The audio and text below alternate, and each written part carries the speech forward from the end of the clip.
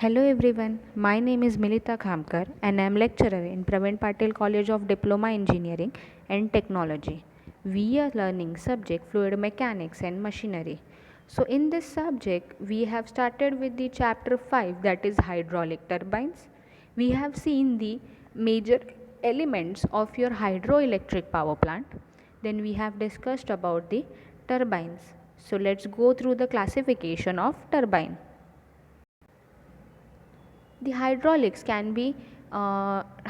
turbines can be classified according to the type of energy at the inlet, or according to direction of the flow through the runner, or according to head at the inlet of the turbine, or according to the specific speed of the turbine.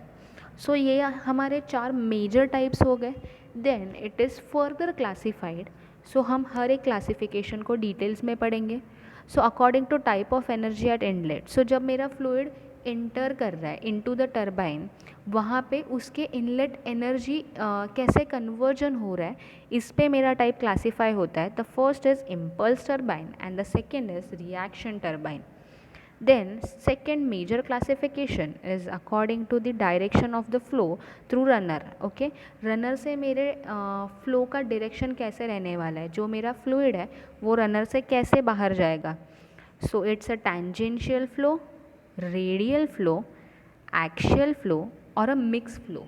Okay, so tangentially, radially या फिर एक्शियली flow होने वाला है मेरा fluid, या फिर mix flow है, इसके अकॉर्डिंग मैं क्लासीफाई करूँगी. The third major classification is according to the head at the inlet of the turbine.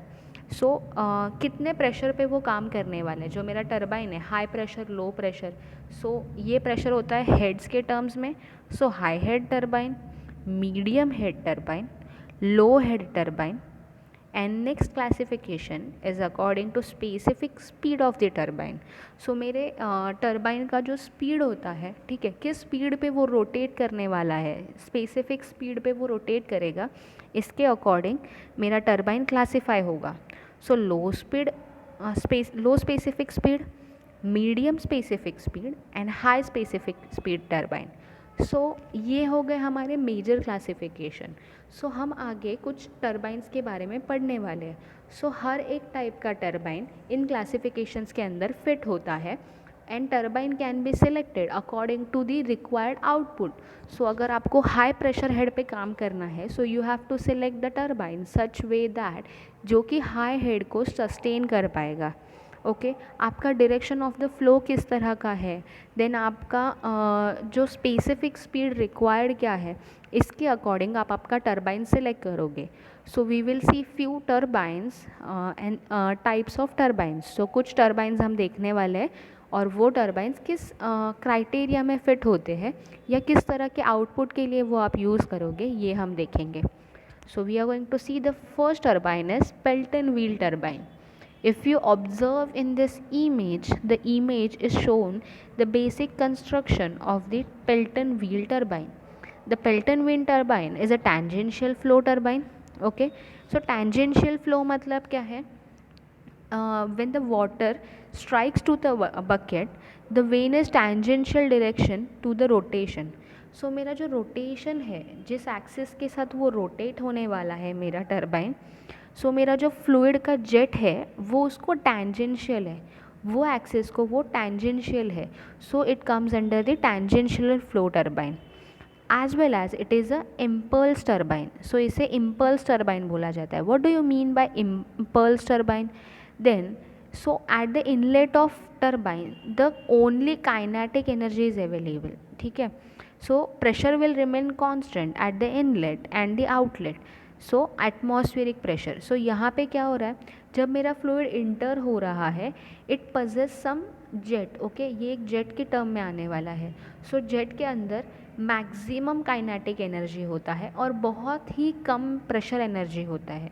सो जब मेरा फ्लूइड इंटर कर रहा है, it is purely consist of the kinetic energy. So इसीलिए it comes under the impulse turbine. Then Pelton wheel is generally used for very high speed and low discharge. So मुझे जहाँ पे high speed चाहिए, high head चाहिए, ठीक है, मुझे बहुत ज़्यादा प्रेशर जहाँ पे चाहिए होगा, वहाँ पे मैं इस टाइप का टरबाइन यूज़ कर सकती हो, ठीक है। सो पेल्टन व्हील के कुछ मेजर कंपोनेंट्स है। The one is nozzle, second is flow regulating arrangement, okay, then second is runner and buckets, next casing and braking jet. So we will discuss each component as well as the working of this. So if you observe this image, the blue shape is showing the your casing, ठीक है। ये जो blue semi circle shape जो है that is the casing of the turbine. So जो आपका blades है, turbine blades जो है या टरबाइन का पूरा असेंबली जो है वो ये केसिंग के अंदर फिट किया हुआ है। Casing provides the enclosure to your assembly, पूरे असेंबली को एनक्लोजर का काम आपका केसिंग करता है।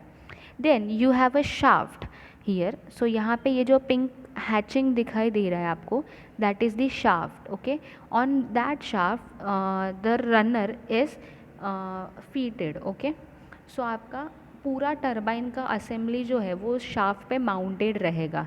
देर इज़ एन रनर अरेंजमेंट, जिस रनर के ऊपर बकेट्स फिट किया होगा। So bucket is nothing but the semi circle semi elliptical shaped blades, okay. So ये जो टरबाइन होता है इसका खासियत ये है, इसका स्पेशलिटी ये है कि it consist the semi elliptical shape blades, okay.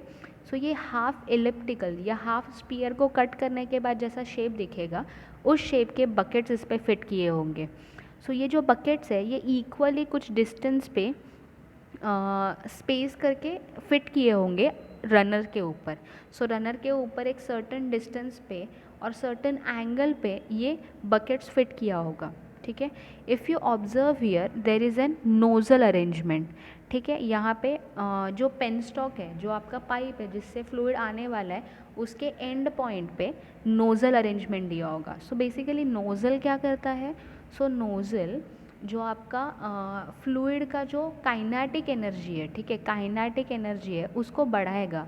So velocity जो है आपका, अगर आपका नोज़ल का डायामीटर अगर आप ऑब्ज़र्व करते हो वो ग्रेजुअली छोटे होते जाता है। तो जैसे एरिया कम होगा मेरा वेलोसिटी बढ़ेगा।